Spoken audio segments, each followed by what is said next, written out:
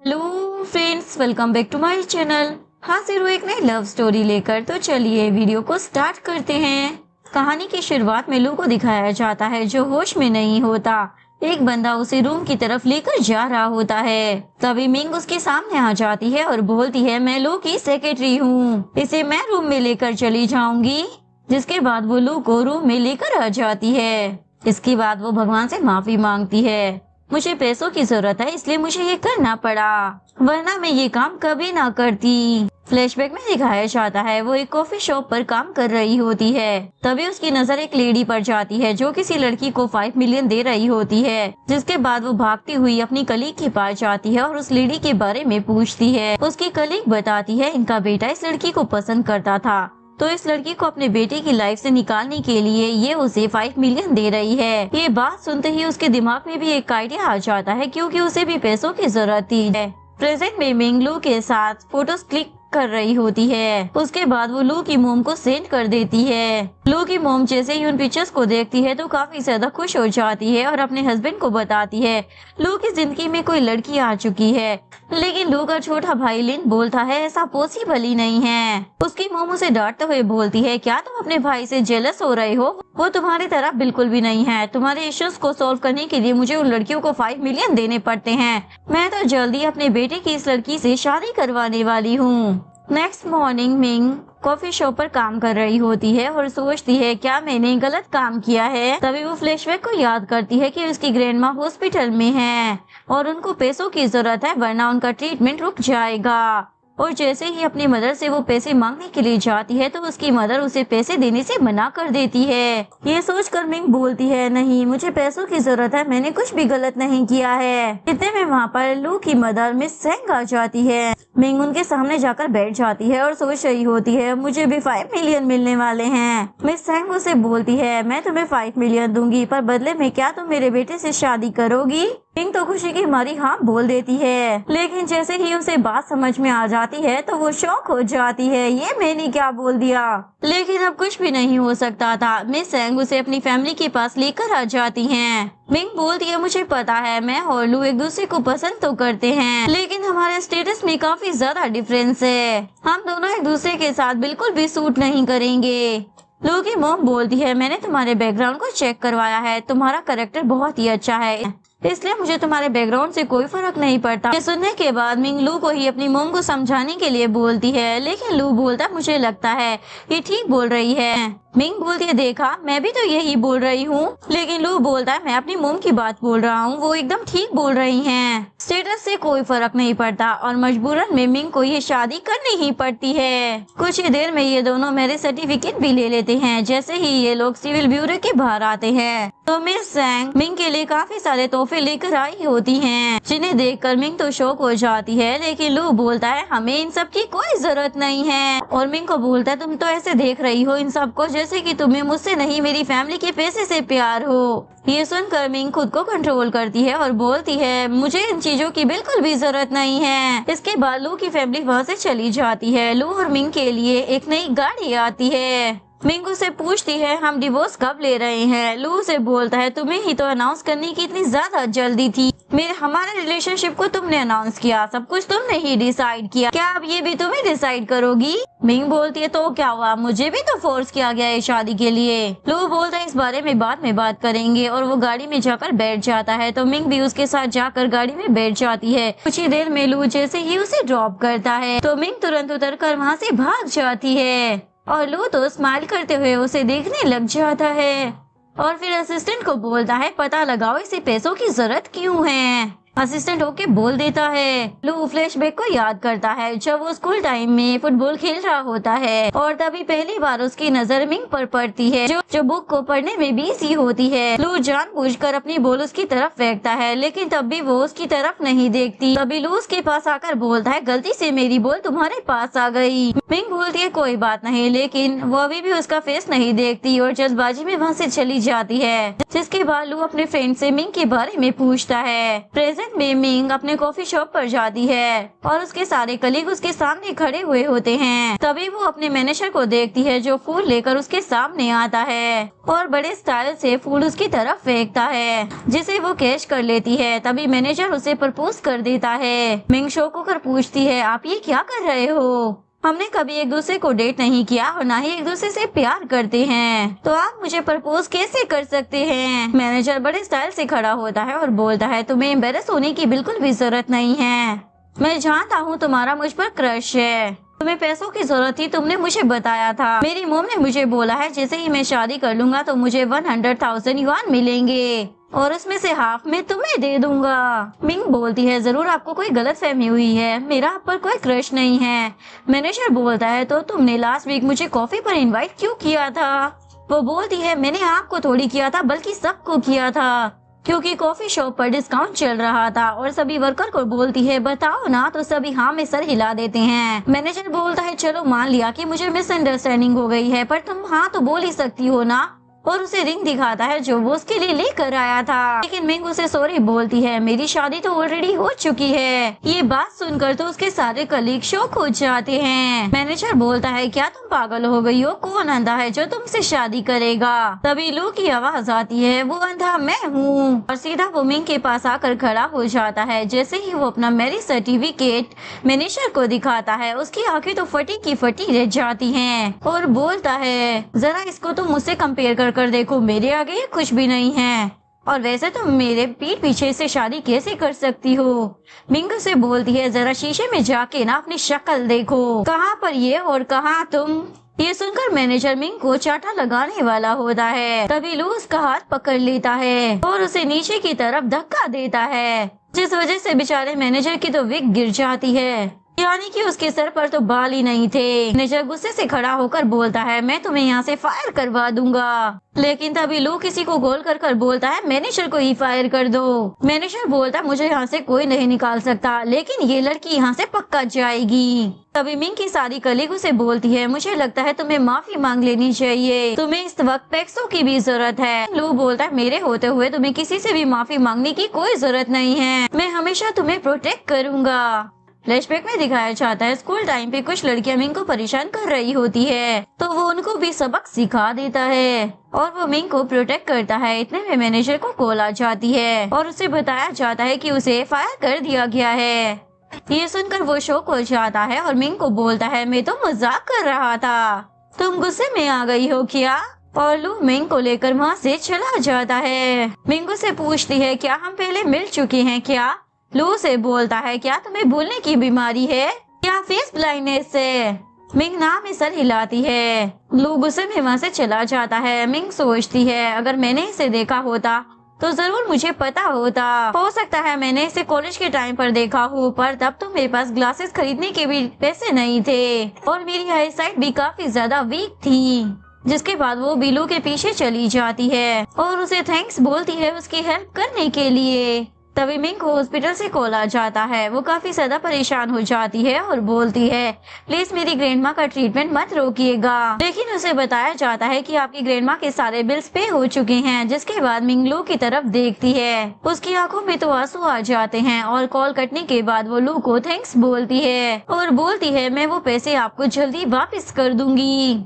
लू बोलता है, सिर्फ थैंक यू से काम नहीं चलेगा। वो बोलती है, ठीक है, तो मैं तुम्हें ट्रीट भी दे देती हूँ। इसके बाद रात में वो लोग एक रेस्टोरेंट में होते हैं, जहाँ पर मिंग लू के लिए एक स्पाइसी हॉट पॉट लेकर आ जाती है और उसे खाने के लिए बोलती है। लेकिन लू ने इतना ज्यादा स्पाइसी खाना पहले कभी नहीं खाया था। जैसे ही वो खाना खाता है तो उसकी तबीयत खराब हो जाती है। लेकिन वो मिंग को बोलता है, ये खाना तो काफी ज्यादा अच्छा है, जिस पर वो काफी ज्यादा खुश हो जाती है। लेकिन असिस्टेंट को पता था उसका बॉस बड़ी मुश्किलों से खाना खा पा रहा है, इसलिए बोलता है, बॉस मैं खाने में आपकी हेल्प कर देता हूँ। मिंग बोलती है, चलो मैं तुम्हारे लिए और मंगवा देती हूँ ना, तुम्हें इतना ज्यादा पसंद है तो।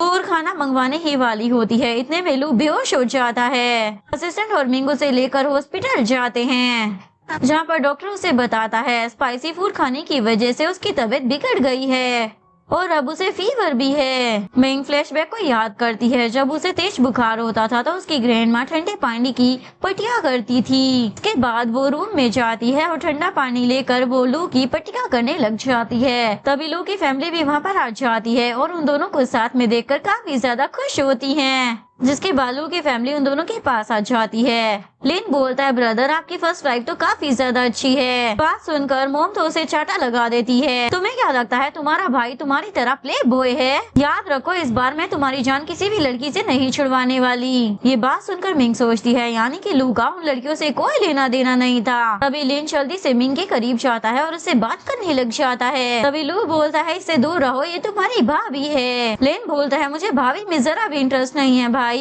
और वो मिंग को लू की तरफ धक्का दे देता है। इसके बाद लिन जैसे ही अपनी गाड़ी में जाकर बैठता है तो उसे कॉल आती है। उसे बताया जाता है कि उसके अकाउंट में पैसे नहीं हैं। तो वो हंसते हुए बोलता है, ऐसा कैसे हो सकता है? मेरे भाई ने मेरे अकाउंट में पैसे ट्रांसफर कराए थे।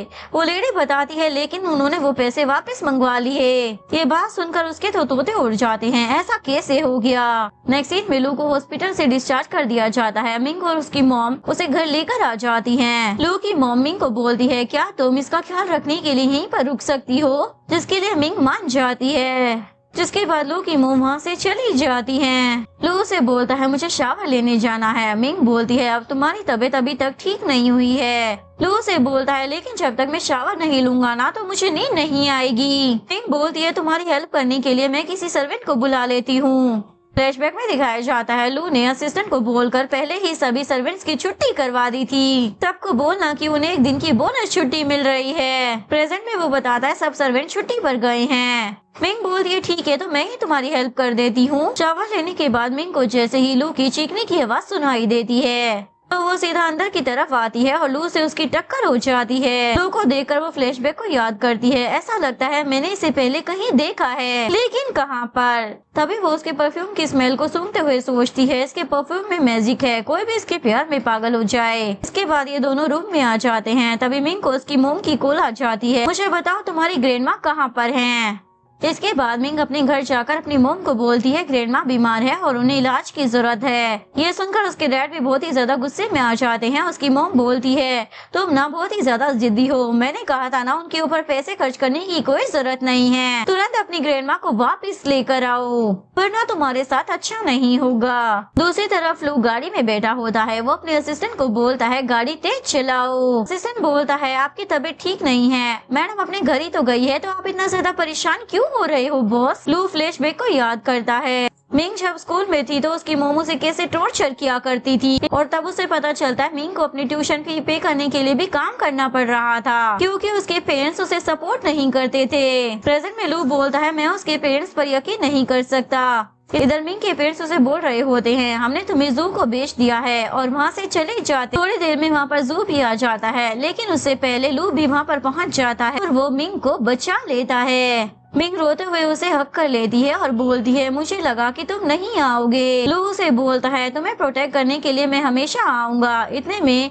मिंग की फैमिली भी वहाँ पर आ जाती है और लू को वहाँ पर देख लेती है। मिंग के डैड लू को बोलते हैं, अगर तुम हमारी बेटी से शादी करना चाहते हो तो तुम्हें हमें 500,000 युआन देने होंगे। लू उन्हें बोलता है, मैं आप लोगों को 1 मिलियन दूंगा, लेकिन मेरी एक शर्त है कि आप दोबारा मिंग को कभी बुली नहीं करेंगे। ये सुनकर मिंग का भाई तो लालची बन जाता है, अगर तुम इतने ही ज्यादा रईस हो तो हमें 1 मिलियन नहीं 5 मिलियन चाहिए। मिंग की मोम भी अपनी बेटे की हाँ में हाँ मिला लेती है। मिंग बोलती है, मैं आप लोगों को एक चवन्नी भी नहीं दूंगी। आपने ही बोला आपका मुझसे कोई रिश्ता नहीं है और अब मैं भी आप लोगों को अपनी फैमिली नहीं समझती हूँ। तो बोलता, अगर आप लोगों ने ज्यादा लालच दिखाया ना तो मैं पुलिस को कॉल कर यहाँ पर बुला लूंगा। ये सुनकर मिंग की फैमिली तो डर जाती है और लू को बोलती है, अगर तुम हमें 1 मिलियन देने वाले हो तो तुरंत ट्रांसफर करो। पैसे ट्रांसफर करने के बाद लू मिंग को लेकर अपने असिस्टेंट के साथ वहाँ से बाहर आ जाता है। मिंग को रोता हुआ देखकर लू से बोलता है, अब तुम्हें रोने की जरूरत नहीं है। मिंग बोलती है, मैं सैड नहीं हूँ, मैं तो बहुत ही ज्यादा खुश हूँ। इस दिन का मैंने बहुत ही ज्यादा बेसब्री से इंतजार किया था। लू से बोलता है, ठीक है अगर तुम रोना चाहती हो तो रो सकती हो, और मिंग को हक कर लेता है। नेक्स्ट मॉर्निंग मिंग जैसे ही अपने रूम से बाहर आती है तो उसे अपने सामने बहुत सारे सर्वेंट्स दिखाई देते हैं। वो सोचने लग जाती है, कल तक तो यहाँ पर कोई भी मेड नहीं थी, आज अचानक से ये सारे मेड कहाँ से टपक पड़े। तभी एक मेड बताती है मिस्टर लू आपका ब्रेकफास्ट के लिए डाइनिंग टेबल पर वेट कर रहे हैं। इसके बाद जैसे ही वो उसके पास जाती है और ब्रेकफास्ट को देखती है तो हैरान हो जाती है क्योंकि वो बहुत ही ज्यादा एक्सपेंसिव फूड था। लू बोलता है अगर तुम्हें ये सब पसंद नहीं आया है तो मैं तुम्हारे लिए कुछ और बनवा देता हूँ। मिंग बोलती है ये तो बहुत ही ज्यादा एक्सपेंसिव है, मुझे तो समझ में ही नहीं आ रहा सबसे पहले मैं क्या खाऊं। लू स्माइल करते हुए उसे ब्रेकफास्ट करने के लिए बोलता है। इसके बाद ये दोनों घर से बाहर आ जाते हैं। तभी असिस्टेंट गाड़ी लेकर आ जाता है। लू मिंग से पूछता है तुम्हें क्या हुआ है, तुम काफी ज्यादा परेशान दिख रही हो। मिंग बोलती है मेरी काम करने की जगह यहाँ से बहुत ज्यादा दूर है, मैं सोच रही हूँ मैं वहाँ पर कैसे जाऊंगी। लू बोलता है मैं तुम्हें ड्रॉप कर देता हूँ। जिसके बाद दोनों गाड़ी में बैठ जाते हैं और असिस्टेंट सोचता है बॉस का ऑफिस तो वेस्ट में है और मैडम का ईस्ट में, ये रास्ते में कहाँ से पड़ता है। लेकिन मजबूरन उसे तो गाड़ी चलानी ही पड़ती है। रास्ते में मिंग लू को ही घुरे जा रही होती है। ये ना बहुत ज्यादा हैंडसम है और इसका करेक्टर तो उससे भी ज्यादा अच्छा है। लू उसकी तरफ देखकर पूछता है क्या तुम्हारे पास ड्राइविंग लाइसेंस है। वो बोलती है हाँ मेरे पास ड्राइविंग लाइसेंस है, पर तुम मुझसे क्यों पूछ रहे हो। जिसके बाद लू असिस्टेंट को बोलता है ये गाड़ी मिंग को दे देना और मेरे लिए दूसरी गाड़ी मंगवा देना। मिंग बोलती है मुझे इसकी जरूरत नहीं है। लू बोलता है मैंने कहा ना तुम्हें इसकी जरूरत है। और मिंग को ड्रॉप करने के बाद गाड़ी की चाबी उसे दे देता है और उसे बोलता है अगर तुम्हें ड्राइव करने का मन ना करे ना तो मुझे कॉल कर लेना, तो मैं तुम्हें पिक करने आ जाऊंगा। मिंग बोलती मैं बहुत ज्यादा मेहनत कर बहुत सारे पैसे कमाऊंगी और फिर मैं तुम्हें सारे पैसे वापस लौटा दूंगी। इसके बाद जैसे ही वो अपने सामने देखती है तो उसे कोई नजर नहीं आता और फिर सोचती है अचानक से ये दोनों कहाँ दफा हो गए। इसके बाद वो अपने ऑफिस के अंदर जाती है जहाँ पर उसके सामने शू और शिया आ जाती हैं। मिंग के हाथ में गाड़ी की चाबी देखकर वो उसकी इंसल्ट करने लग जाती हैं और पूछती हैं ये गाड़ी की चाबी तुम्हारे पास कैसे आई। इवन पूरे ऑफिस को इकट्ठा कर सबके सामने उनकी इंसल्ट करती हैं। लेकिन मिंग उसकी बात को इग्नोर कर अपना काम करने के लिए बैठ जाती है। लेकिन कुछ ही देर में उसे मैनेजर बुला लेता है तो वो मैनेजर से बात करने के लिए जाती है। पीछे से शू और शिया जाकर उसका सामान और बैग चेक करने लग जाती हैं और देखती हैं कि वो गाड़ी की चाबी तो असली है। जैसे ही मिंग वापस आती है उसकी फिर से इंसल्ट करने लग जाती है। वाह अब तुमने ये काम भी शुरू कर दिया है क्या, तुमने गाड़ी की चाबी चुराई है, वरना तुम्हारी फैमिली तो बहुत ही ज्यादा गरीब है तभी वहाँ पर मैनेजर टपक पड़ता है तो वो दोनों मैनेजर को भी बता देती हैं कि इसने गाड़ी की चाबी चुराई है। मिंग बोलती है मैंने ये चाबी नहीं चुराई है, मैं ये बात आपको साबित कर सकती हूँ। जिसके बाद वो मैनेजर को लेकर पार्किंग एरिया में आ जाती है। उसके बाद वो सभी को अपनी गाड़ी दिखाती है जिसे देखकर सभी की आंखें फटी की फटी रह जाती हैं। सभी कलीग्स तो आपस में बातें बनाने लग जाते हैं क्या ये सच में रईस है। लेकिन शू और शिया बोलने लग जाती है हमें तो लगता है इसने गाड़ी भी चुरा ली होगी। इसके बाद मैनेजर मिंग से पूछता है सच में तुमने ये गाड़ी नहीं चुराई ना, तुम्हारी ही है। वो बोलती है हाँ ये मेरी गाड़ी है। मैनेजर उसे थप्पड़ मार देता है तुम झूठ बोल रही हो, ये गाड़ी और ये नंबर प्लेट मिस्टर लू की फैमिली से बिलोंग करता है और तुम बोल रही हो तुमने ये चुराई नहीं है। बिशु और शिया बोलने लग जाती है भला इस लड़की का लू फैमिली से क्या ही ताल्लुक होगा। मैनेजर मिंग का हाथ पकड़ कर बोलता है मैं तुम्हें पुलिस स्टेशन लेकर जाऊंगा और तुम्हारे खिलाफ कंप्लेन कराऊंगा। तभी लिन वहाँ पर आ जाता है और वो गुस्से से मैनेजर पर चीखता है और मैनेजर को किक मारकर जमीन पर गिरा देता है और सभी लोगों को बोलता है तुम लोगों की हिम्मत भी कैसे हो गई मिंग के साथ इस तरीके से बात करने की, क्या तुम लोगों को अपनी जिंदगी प्यारी नहीं है। दोबारा मैं किसी को भी मिंग से बदतमीजी करता हुआ ना देखूं, बेटर रहेगा। और आप सब लोग मेरा खड़े होकर मुँह क्या देख रहे हो, अब मैं क्या तुम लोगों को ऑफिस के अंदर तक ले जाऊंगा। इसके बाद सभी तुरंत ऑफिस के अंदर भाग जाते हैं और मैनेजर भी लिन से माफी मांगने लग जाता है। मुझे नहीं पता था आप इसे जानते हैं, वरना मैं इसके साथ कभी बदतमीजी नहीं करता। लिन मैनेजर को एक और रैप्टा लगा देता है मुझे तुम दोबारा कंपनी में नजर भी नहीं आने चाहिए। इसके बाद मैनेजर डरता हुआ वहाँ से भाग जाता है। लिन बोलता भाभी मैंने इन्हें अच्छा सबक सिखाया ना। वो बोलती है हाँ तुमने बहुत अच्छा किया देवर जी। लिन बोलता है लेकिन मुझे आपसे एक फेवर चाहिए भाभी। दूसरी तरफ शू और शिया को दिखाया जाता है जिन्हें अपनी बेइज्जती हजम नहीं हो रही होती, इसलिए वो ऑफिस रूम में जाते हुए सोचती है मिंग इतनी ज्यादा लकी कैसे हो सकती है, हमें उसके खिलाफ कुछ तो जरूर करना होगा। हमें फू को इन सब के बारे में बताना होगा क्योंकि मैंने सुना है कि उससे एंगेजमेंट हुई है। इधर लिन मिंग को ऑफिस रूम के पास लेकर जाता है और बोलता है भाई इस वक्त मीटिंग रूम में है, जाकर तुम उससे बात करो, मुझे पैसों की जरूरत है। आज रात मैंने पार्टी रखी है। मिंग बोलती है मैं रात में बात कर लूंगी ना, अभी वो मीटिंग में है। लेकिन लिन उसकी बात नहीं सुनता और वो उसे मीटिंग रूम में धक्का दे देता है। लू जैसे ही मिंग को अपने सामने देखता है तो उसके करीब आता है और उसके फेस को देखकर पूछता है तुम्हें किसने थप्पड़ मारा। मिंग बोलती है यह मैटर अब सॉल्व हो चुका है, लिन ने मेरी हेल्प की है। लू असिस्टेंट को भेजता है जाकर लिन को देख कर आओ और मिंग से पूछता है क्या तुमने खाना खा लिया है। मिंग नो में सर हिला देती है तो लू उसे अपने साथ रेस्टोरेंट लेकर चला जाता है। पीछे से सारे मीटिंग के मेंबर्स बातें करने लग जाते हैं, आखिरकार ये लड़की कौन है, क्या ये हमारी फ्यूचर लेडी बॉस है। खाना खाते वक्त मिंग लू को बोलती है मुझे लिन ने बताया कि तुमने अपने भाई का कार्ड फ्रीज करवा दिया है, क्या ये बात सच है। तो वो हाँ बोल देता है। मिंग बताती है मैंने तुम्हारे भाई से वादा किया है, मैं उसका कार्ड अनब्लॉक करवा दूंगी, तो क्या तुम उसका कार्ड अनब्लॉक कर दोगे। वो बोलता है ठीक है मैं उसका कार्ड अनब्लॉक करा दूंगा, लेकिन तुम्हें मुझे वादा करना होगा कि नेक्स्ट टाइम तुम्हें कोई भी बुली करने की कोशिश करे ना तो तुम डायरेक्टली सिर्फ मेरे पास आओगी और किसी के पास नहीं जाओगी। मिंग बोलती है वो तो लिन है ना तुम्हारा छोटा भाई। वो बोलता है तो क्या हुआ, तुम फिर भी मेरे पास ही आओगी। मिंग बोलती है ठीक है भाई मैं तुम्हारे पास ही आऊंगी। नेक्स्ट सीन में असिस्टेंट लिन के पास जाता है और उसे बताता है कि तुम्हारा एटीएम कार्ड अनब्लॉक कर दिया गया है। ये सुनते ही वो काफी ज्यादा खुश हो जाता है, जिसके बाद असिस्टेंट उसे बोलता है सर ने ये भी बोला है कि नेक्स्ट टाइम उसकी वाइफ से दूर रहना। ये सुनकर लिन बोलता है क्या ये सच में मेरा भाई है भी या नहीं। रात के समय में मिंग अपने रूम की तरफ जा रही होती है, तभी उसे मेड देख लेती है और बोलती है बॉस का रूम तो ये है, तो आप कहाँ पर जा रही हैं। इससे पहले मिंग कोई बहाना बना पाती, तभी बेल बज जाती है और मेड बोलती है मिस्टर लू की मदर आई हैं। ये सुनते ही वो घबरा जाती है और सोचती है मैं ऐसे कहीं और नहीं जा सकती हूँ। पर मिस्टर लू की मदर को पता चला कि मैं अलग रूम में रहती हूँ तो उन्हें बहुत ज्यादा बुरा लगेगा।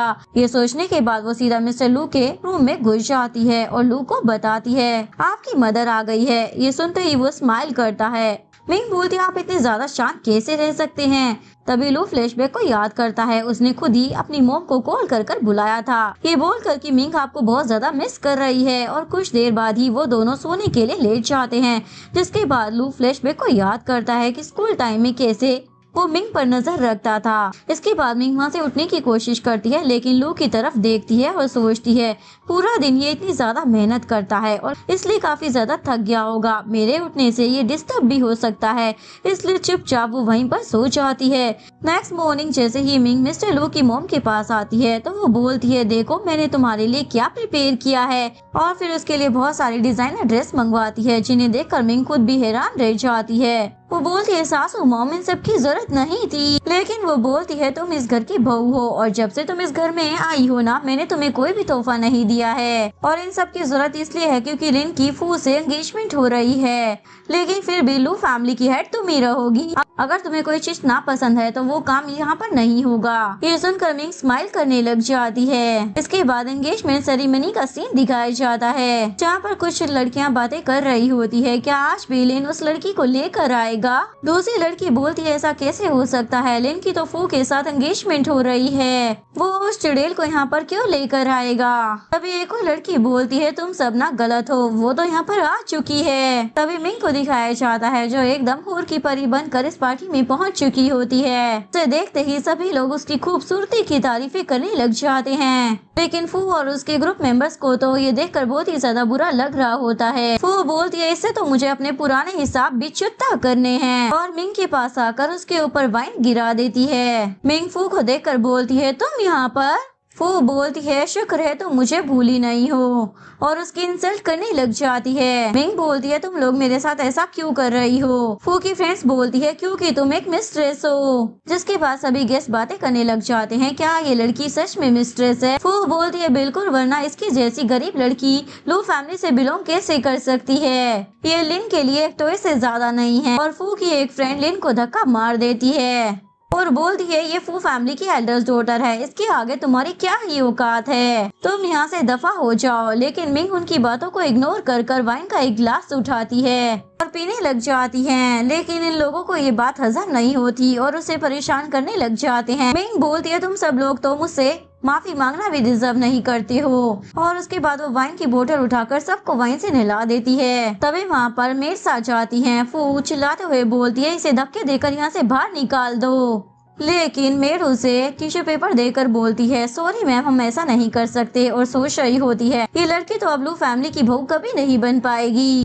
तभी वहाँ पर लिन भी आ जाता है और मिंग को देखकर पूछता है, सिस्टर इन लो, क्या आप ठीक हो? ये बात सुनकर सभी लोगों के होश उड़ जाते हैं और फू पूछती है, ऐसा कैसे हो सकता है? तुम इसे सिस्टर इन लो कैसे बोल रहे हो? इसकी जैसी लड़की लू फैमिली में एंटर भी कैसे हो सकती है? और ब्रदर लू की वाइफ कैसे बन सकती है? लेन बोलता है, सिस्टर इन लो, मेरा इस लड़की के साथ कोई लेना देना नहीं है। मैं तो इसे जानता भी नहीं हूँ, इसलिए आप मुझसे गुस्सा मत होना।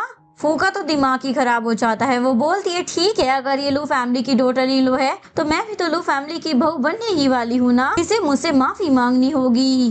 तभी लू बिटेशन मारते हुए वहाँ पर आ जाता है और बोलता है, तुम जैसी लड़की हमारी फैमिली में भी कभी भी एंटर नहीं हो पाएगी, इसलिए मेरी वाइफ कभी भी तुमसे माफी नहीं मांगने वाली। फ्लैशबैक में दिखाया जाता है रेस्टोरेंट में जब मिस्टर लू ने मिंग को बोला था कि आज से तुम हर बात मुझे बताओगी, तो उसने उसे वादा किया था, इसलिए मिंग ने उसे कॉल कर आज बुला लिया होता है। फू बोलती है, आप सब लोग मेरे साथ ऐसा नहीं कर सकते हैं। इतने में मिस्टर लू की मोम भी वहाँ पर आ जाती हैं। गुस्से में बोलती है, हम ऐसा कर सकते हैं। उसके बाद वो मिंग से माफी मांगती है, मुझे नहीं मालूम था, मैं थोड़ी देर के लिए तुम्हें अकेला छोड़ूंगी तो ये सब हो जाएगा। उसके बाद फू लिन की तरफ देखती है। लिन बोलता है, मुझे ऐसे मत देखो, मैं तो तुम्हें जानता भी नहीं हूँ, मेरा तुमसे कोई रिश्ता नहीं है। और फिर वो गार्ड्स को उसे वहाँ से ले जाने के लिए बोल देता है। वो चीखती रह जाती है पर कुछ कर नहीं पाती और लिन सोचता है, मैं बच गया, वरना भाई तो आज मेरी टांगे ही तोड़ देता। इसके बाद लू मिंग को ड्रेस चेंज करने के लिए भेजता है। वो जैसे ही ड्रेस चेंज कर आती है तो सब उसे देखते ही रह जाते हैं और वो लू के साथ आकर खड़ी हो जाती है। जिसके बाद मदर इन लॉ अनाउंस करती है, ये लू फैमिली की डॉटर इन लॉ है। रात में मिंग अपने घर जाती है और की को रखने के बाद जैसे ही वो ड्रॉर को खोलती है, सामने उसे एक एनवलप रखा हुआ मिलता है जिस पर कुछ लिखा हुआ था। उसे पढ़ने के बाद वो सोचती है, क्या लू किसी को पसंद करता है? जिसके बाद उस बेचारी का तो दिल ही टूट जाता है। इसके बाद वो एनवलप को खोलने वाली होती है, लेकिन फिर सोचती है ये गलत है। उसने कभी मुझे नहीं कहा कि वो मुझे लाइक करता है, इसलिए मुझे उसकी पर्सनल चीजों को ऐसे टच नहीं करना चाहिए। मैंने फिजूल में ही उससे उम्मीदें लगा ली थी और जल्दी से उस एनवलप को रख कर वापस से ड्रॉर बंद कर देती है। इतने में लू भी वहाँ पर आ जाता है। मिंग उसे बोलती है, आज मोम यहाँ पर नहीं है, इसलिए मैं अपने रूम में जाकर सो रही हूँ। ये बोलकर वो चली जाती है। उसके बाद वो दोबारा से लू के सामने आती है। लू उसके फेस की तरफ देखकर पूछता है, तुम्हें क्या हुआ है? मिंग उसे रूडली जवाब दे रही होती है तो लू उसके सामने आ जाता है और उसे एनवलप पकड़ा कर बोलता है, तुमने इसे खोल लिया है ना? मिंग उसे सॉरी बोलती है, मुझे उस एनवलप को नहीं खोलना चाहिए था। लू बोलता है, जरा चेक तो कर लो इसमें किसकी पिक्चर है। मिंग जैसे ही देखती है तो शॉक हो जाती है क्योंकि वो उसकी ही ग्रेजुएशन वाले डे की फोटो होती है। इसके बाद वो हैरान होते हुए लू की तरफ देखती है तो लू उसे पूरी कहानी सुना देता है। मिंग बोलती है, यानी तुम जिसको इतने टाइम से लव करते हो वो और कोई नहीं मैं हूँ? लू हाँ में सर हिलाता है। मिंग सारी बातों को याद करते हुए बोलती है, मुझे याद आ गया, तुम वही हो ना जिसने स्कूल और कॉलेज टाइम पर मेरी हेल्प की थी? लू बोलता है, क्या अभी तक तुम मुझे पहचान नहीं पाई हो? मिंग उसे बताती है, स्कूल और कॉलेज टाइम पर मेरे पास क्लासेस के लिए पैसे नहीं थे और मेरी हाई साइट बहुत ज्यादा वीक थी, इसलिए मैं तुम्हारा फेस कभी ढंग से देख ही नहीं पाई। लू उसे अपने प्यार का इजहार करता है, क्या मेरे 10 सालों के इंतजार के बाद अब तुम मुझे एक्सेप्ट करोगी? मिंग हाँ बोलकर उसे हक कर लेती है। जिसके बाद दोनों रोमांटिक नाइट स्पेंड करते हैं। फ्लैशबैक में दिखाया जाता है असिस्टेंट लू को आकर बताता है कि मिंग आपकी सारी इन्फॉर्मेशन निकलवा रही है। तो लू उसे बोलता है, तुम उसे मेरी सारी इन्फॉर्मेशन दे दो, मैं किस वक्त कहाँ जाता हूँ। जिसके बाद वो नशे में होने की एक्टिंग करता है और मिंग को देखते ही अपने बंदे को बोल, जैसे ये लड़की मुझे ले जाने के लिए तुम्हारे पास आए तो मुझे इसके साथ जाने देना। तो वो बंदा हाँ बोल देता है। यानी कि मिंग का उस दिन लू से मिलना कोई इत्तेफाक नहीं था, ये सारी उसकी प्लानिंग थी। नेक्स्ट मॉर्निंग मिंग जैसे ही कंपनी में जाती है तो ये दोनों चुड़ैले फिर से उसके सामने आ जाती हैं। तुम लू फैमिली से रिश्ता जोड़ने की कोशिश कर रही हो लेकिन बहुत ही जल्दी तुम्हें वहाँ से निकाल दिया जाएगा। तुम बस एक मिस्ट्रेस हो और तुम लिन का यूज कर रही हो पावर पाने के लिए, इसीलिए तो तुम्हारा प्रमोशन हो गया। मिंग बोलती है मेरी फिक्र करने से अच्छा है तुम लोग अपनी फिक्र करो। मुझे क्या करना है और क्या नहीं इसके बारे में मैं बहुत ही अच्छे तरीके से जानती हूँ। इसके बाद मिंग जैसे ही अपने टेबल की तरफ देखती है तो वहाँ पर उसका कोई सामान नहीं होता। जिसके बाद वो पूछती है मेरा सारा सामान कहाँ पर गया। इतने में वहाँ पर गार्ड आ जाता है उसका सामान लेकर। तभी साथ में मिस्टर वेंग भी आ जाते हैं और बताते हैं तुम्हें यहाँ से फायर कर दिया गया है क्योंकि मैंने सुना है कि तुम एक बहुत ही ज्यादा घटिया लड़की हो। तुम्हारा लिन के साथ अफेयर चल रहा है और मैं अपने एक वर्क प्लेस पर ऐसे लोगों को नहीं चाहता, इसलिए अपना सामान उठाओ और यहाँ से दफा हो जाओ। मिंग बोलती है आप मेरे बारे में गलत सोच रही हैं। लेकिन मिस्टर वैन बोलता है तुमने फू फैमिली की डॉटर से भी पंगा लिया, इसलिए उनके लिए हमें तुम्हें यहाँ से निकालना ही होगा। मिंग बताती है अब फू फैमिली की बेटी की एंगेजमेंट लू फैमिली में नहीं हो रही है। वैन पूछता है तुम्हें ये सब कुछ कैसे पता। तभी एक लड़की बोलती है मिंग एकदम सच बोल रही है। तो वैन उसकी तरफ देखकर पूछता है तुम्हें इसके बारे में कैसे पता है। मिंग बताती है क्योंकि मैं लू फैमिली की डॉटर इन लो हूँ और मेरा लू फैमिली के बेटे से रिलेशन है। ये सुनकर शू और शिया बोलती है देखा इसने तो खुद ही मान लिया कि इसका लू फैमिली के बेटे के साथ चक्कर चल रहा है। लेकिन जैसे ही मिंग अपनी शादी के बारे में बताती है तो सभी लोग उस पर हंसने लग जाते हैं। लगता है ये दिन में ही ख्वाब देख रही है। ऐसा कैसे हो सकता है कि लू फैमिली इसको अपनी डॉटर इन लो एक्सेप्ट कर ले।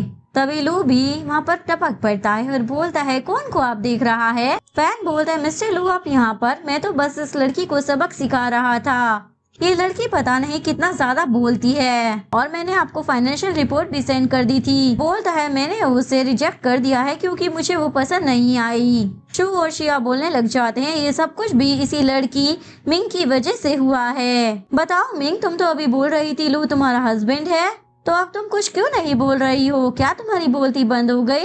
मिंग स्माइल करते हुए लू के पास जाती है और उसका हाथ पकड़कर बोलती है अभी मैंने इन लोगों को बताया कि मैं तुम्हारी वाइफ हूँ लेकिन इनको यकीन ही नहीं आ रहा है। वैन उसे बोलता है तुम न अपनी जबान बंद ही रखो।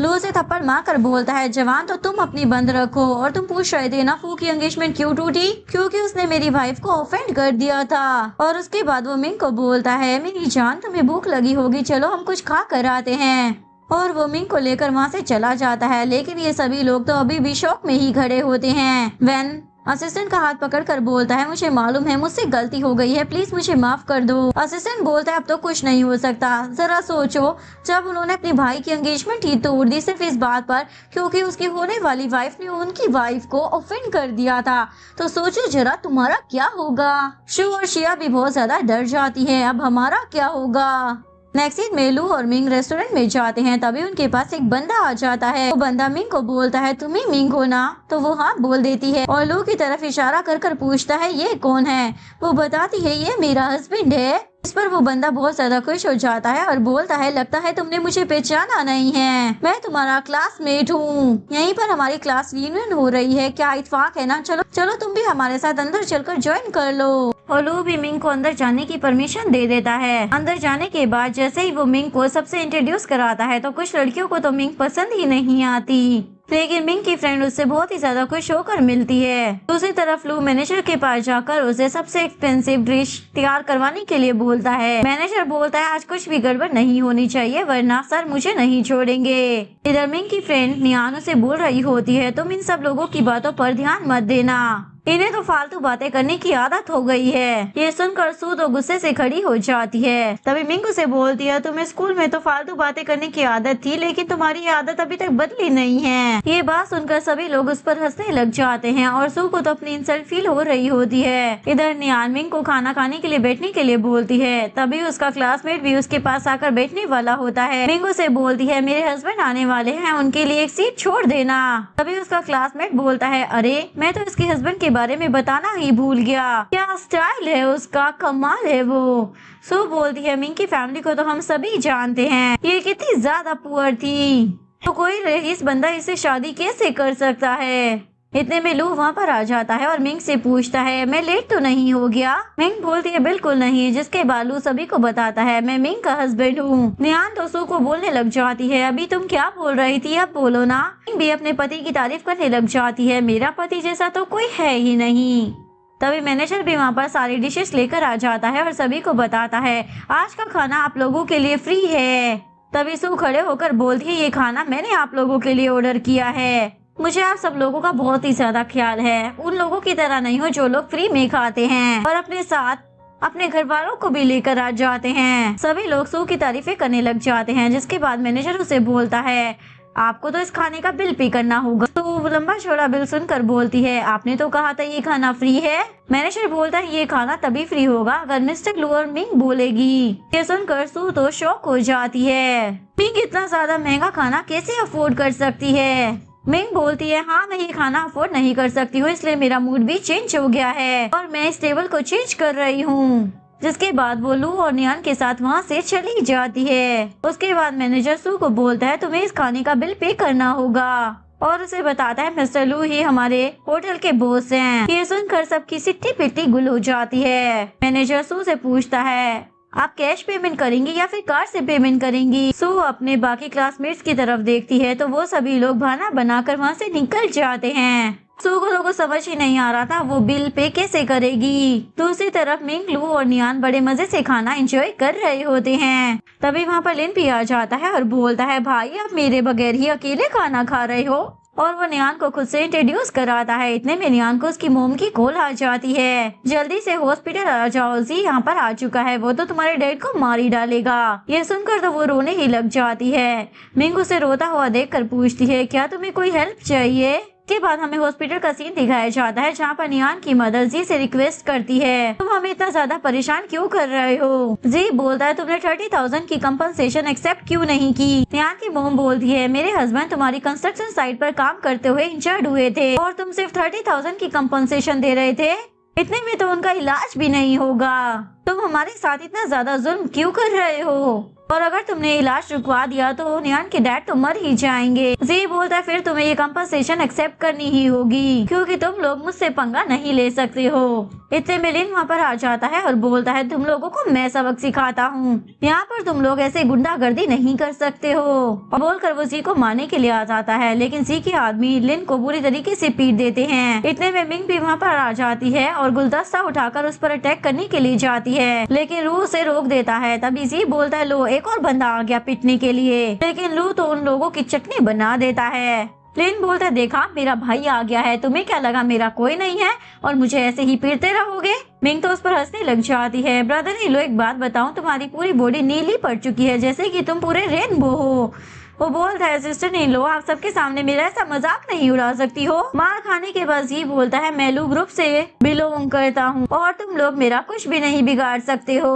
लू बोलता है लू ग्रुप कभी भी किसी पर जुल्म नहीं करता है, तुम लोग जरूर झूठ बोल रहे हो। तभी नियान बताती है मेरे डैड लू ग्रुप की कंस्ट्रक्शन साइट पर ही काम कर रहे थे, ऊपर से लू ग्रुप ने हमें कंपनसेशन भी नहीं दी। मिंग बोलती है जरूर तुम्हें कोई गलत फहमी हुई होगी, लू ग्रुप किसी के साथ भी नाइंसाफी नहीं कर सकता। तभी लिन भी बोलता है भाभी एकदम सही बोल रही है, लू ग्रुप कभी किसी के साथ नाइंसाफी नहीं कर सकता और खास तौर पर उनका छोटा बेटा लिन तो बिल्कुल भी नहीं। ये सुनकर मिंग उसे आंखें दिखाने लग जाती है। तभी जी बोलता है हमें ये सब कुछ लिन ने ही करने के लिए कहा था। लिन उसे बोलता है चुप करो, मैंने तुम्हें कब कहा ये सब करने के लिए। नियान बोलती है इसका मतलब तुम लिन हो और नियान की मोम तो उसके सामने गिड़गिड़ाने लग जाती है। लिन बोलता है ये आप क्या कर रही हैं, मरवाना चाहती है क्या आप मुझे।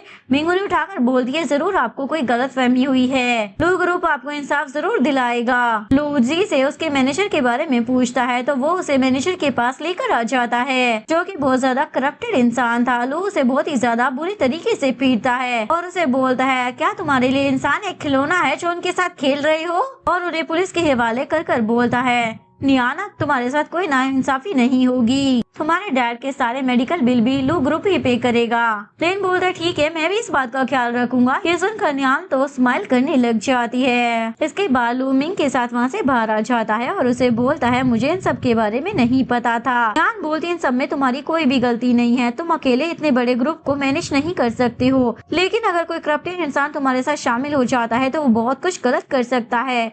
लू मिंग से पूछता है तो फिर तुम इतनी ज्यादा परेशान क्यों हो। वो बोलती है ग्रैंडमा की सर्जरी कंप्लीट हो चुकी होगी इसलिए मैं उनसे मिलने के लिए जाना चाहती हूँ। तो बोलता है ठीक है तो मैं तुम्हें उनसे मिलवाने के लिए ले जाता हूँ।